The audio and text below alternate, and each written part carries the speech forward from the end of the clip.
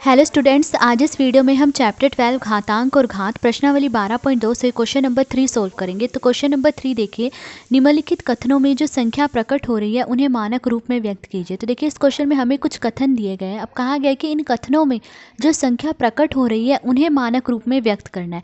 तो देखिए first question में हमने पढ़ा था मानक रूप क्या होता है, किसी संख्या को 1 और 10 के बीच की संख्या और 10 की किसी घात के गुणनफल के रूप में व्यक्त करने को मानक रूप कहते हैं। तो फर्स्ट पार्ट देखिए, कथन दिया गया 1 माइक्रोन बराबर 1/10 लाख एम के बराबर होता है। तो ये कथन दिया गया, इसमें संख्या क्या प्रकट हो रही है, 1/10 लाख एम।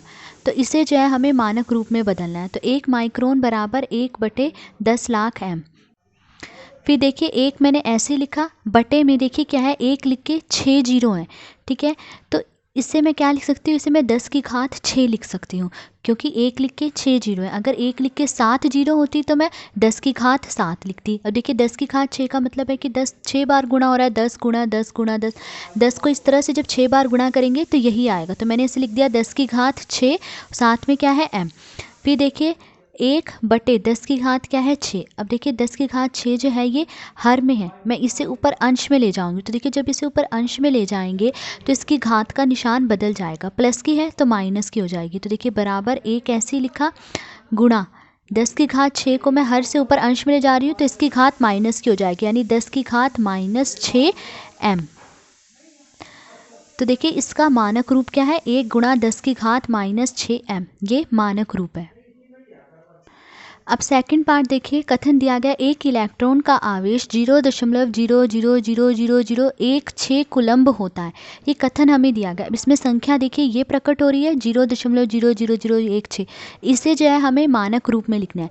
तो 1 इलेक्ट्रॉन का आवेश बराबर हमें ये दिया गया। अब इसे मानक रूप में लिखना है तो देखिए सबसे पहले तो हम यहाँ से दशमलव हटाएंगे। दशमलव कैसे हटाएंगे, देखिए पीछे की तरफ से कितने अंकों के बाद दशमलव है, 1 2 3 4 5 6 7 8 9 10 11 12 13 14 15 16 17 18 19 20। 20 अंकों के बाद दशमलव है। तो 16 के बटे में 1 लिख के 20 जीरो आ जाएंगी। तो 16 और इसके बटे में 1 लिख के 20 जीरो आ जाएंगे। 1 लिखा, 20 जीरो लिख लीजिए। 1 2 3 4 5 6 7 8 9 10 11 12 13 14 15 16 17 18 19 20। तो देखिए दशमलव हट गया यहाँ से। फिर देखिए बराबर 16 ऐसे ही लिखा। ठीक है, अब देखिए इसके बटे में 1 लिख के कितनी जीरो है, 20 जीरो। तो मैं इसे क्या लिख सकती हूँ, मैं इसे 10 की घात 20 लिख सकती हूँ। अब देखिए जो 16 है वो 1 और 10 के बीच में नहीं आता, मानक रूप में जो है वो संख्या 1 और 10 के बीच में आती है। तो देखिए 16 1 और 10 के बीच में नहीं आता। तो देखिए हम क्या करेंगे, पीछे की तरफ से 1 अंक के बाद दशमलव लगाएंगे। तो देखिए पीछे की तरफ से 1 अंक के बाद दशमलव लगाया तो क्या आया, 1.6। अब देखिए 1.6 ये 1 और 10 के बीच में आता है। अब देखिए पीछे की तरफ से 1 अंक के बाद दशमलव लगाया ना, तो इसे 10 से गुणा करेंगे। अगर 2 अंकों के बाद दशमलव लगाता तो 100 से गुणा करेंगे। अब देखिए हमने 10 से गुणा क्यों करा, क्योंकि अगर हम यहाँ से दशमलव हटाएंगे तो इसके बटे में 10 आएगा और 10 से 10 कट जाएगा, तो दोबारा से 16/10 की घात 20 ही हो जाएगा। ठीक है, तो 1.6 को हम गुणा कर रहे हैं 10 से। ठीक है, फिर देखिए यहाँ क्या है, 10 की घात 20, यहाँ क्या है 10 की घात 1, जिसकी घात कुछ नहीं यानी इसकी घात क्या है 10 की घात 1। अब देखिए बटे में 10 की घात 20 है, यानी 10 की घात 20 से हम इसे भाग कर रहे हैं। तो देखिए आधार जो है एक जैसे, यहाँ भी 10 है यहाँ भी 10। जब आधार एक जैसे हो तो भाग करते समय घातें माइनस हो जाती हैं। ठीक है, तो देखिए 1.6 मैंने ऐसे ही लिखा। ठीक है, फिर गुणा 10 की घात क्या है यहाँ पर 1। ठीक है, तो घातें माइनस होंगी, यानी 1 माइनस इसकी घात क्या है 20। भाग करते समय घातें जो है माइनस हो जाती है जब आधार एक जैसे हो। ठीक है, फिर 1.6 ऐसे ही लिखा, गुणा 10। देखिए 1 प्लस का है 20 माइनस का, जब एक प्लस का एक माइनस का हो तो माइनस करते हैं, 20 में से 1 माइनस करेंगे क्या आएगा 19, और निशान बड़ी संख्या का आएगा। तो देखिए 20 माइनस का है तो 19 के साथ भी माइनस का निशान आएगा। तो क्या आया 1.6 गुणा 10 की घात -19। तो इसका मानक रूप ये है। थर्ड पार्ट देखिए, कथन दिया गया जीवाणु की माप 0.0005 एम है। ठीक है। तब हमें इसमें 0.005 m को जो है मानक रूप में व्यक्त करना है। तो जीवाणु का माप बराबर ये दिया गया है। अब इसे मानक रूप में व्यक्त करना है। तो देखिए सबसे पहले यहाँ से दशमलव हटाएंगे। तो देखिए पीछे की तरफ से कितने अंकों के बाद दशमलव है?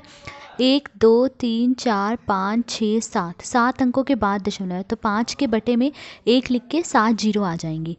तो बराबर 5, इसके बटे में 1 लिख के 7 जीरो आ जाएंगी। 1 2 3 4 5 6 7, साथ में क्या है? m। फिर देखिए बराबर 5 ऐसे लिखा। अब बटे में देखिए 1 लिख के 7 जीरो है, तो मैं इसे क्या लिख सकती हूँ? 10 की घात 7 ये लिख लूँगी। अगर 1 लिख के 8 जीरो होती तो 10 की घात 8 लिखती। तो इसे लिखा मैंने 10 की घात 7, साथ में क्या है? देखिए m लिख लिया। अब देखिए 5 तो 1 और 10 के बीच में ही आता है, तो यहाँ पीछे की तरफ से दशमलव लगाने की कोई ज़रूरत नहीं है। ठीक है। फिर देखिए 5 ऐसे लिखा। अब देखिए बटे में क्या है? 10 की घात 7, ये हर में है, इसे हम ऊपर अंश में ले जाएंगे। तो जब इसे ऊपर अंश में ले जाएंगे तो इसकी घात प्लस की है तो माइनस की हो जाएगी, यानी 10 की घात -7 हो जाएगी। तो 5 गुणा, जब इसे ऊपर अंश में ले जा रहे हैं तो क्या हो जाएगा? 10 की घात -7, घात माइनस में हो जाएगी, साथ में क्या है? m। तो इसका मानक रूप क्या है? 5 गुणा 10 की घात -7 m। अब फोर्थ पार्ट देखिए, पौधों की कोशिकाओं की माप 0.000127 m है। अब हमें इस 0.001275 m को मानक रूप में लिखना है। तो पौधों की कोशिकाओं का माप हमें ये दिया गया, अब इसे मानक रूप में लिखना है। तो पहले यहाँ से दशमलव हटाएंगे। तो देखिए पीछे की तरफ से कितने अंकों के बाद दशमलव है? 1 2 3 4 5 6 7 8, 8 अंकों के बाद दशमलव है। तो 1275 के बटे में 1 लिख के 8 जीरो आ जाएंगी। तो हमने लिखा 1275, ठीक है, और इसके बटे में 1 लिख के 8 जीरो आएंगी। 1 1 2 3 4 5 6 7 8, साथ में क्या है? m। फिर देखिए 1275 मैंने ऐसे लिखा, 1275 बटे में देखिए ये 1 लिख के कितनी जीरो है? 8 जीरो। तो मैं इसे क्या लिख लूँगी? 10 की घात 8 ये लिख लूँगी। अब देखिए 1275 ये 1 और 10 के बीच में तो नहीं आता है, ठीक है। तो यहाँ जो है पीछे की तरफ से मैं कितने अंकों के बाद दशमलव लगाऊँ कि ये 1 और 10 के बीच में आए? देखिए अगर मैं 1 अंक के बाद दशमलव लगाती हूँ तो 127 आ रहा है, ये 1 और 10 के बीच में नहीं आता। अगर 2 अंकों के बाद दशमलव लगाऊंगी तो क्या आएगा? 12.75। तो देखिए 12.75 भी 1 और 10 के बीच में नहीं आता। तो मुझे पीछे की तरफ से 3 अंकों के बाद दशमलव लगाना। तो 1 2 3, 3 अंकों के बाद यहाँ दशमलव लगाना होगा। तो देखिए 1.275 क्या है? ये 1.275। तो ये 1 और 10 के बीच में आता है। अब देखिए यहाँ पीछे की तरफ से कितने अंकों के बाद दशमलव लगाया मैंने? 3 अंकों के बाद।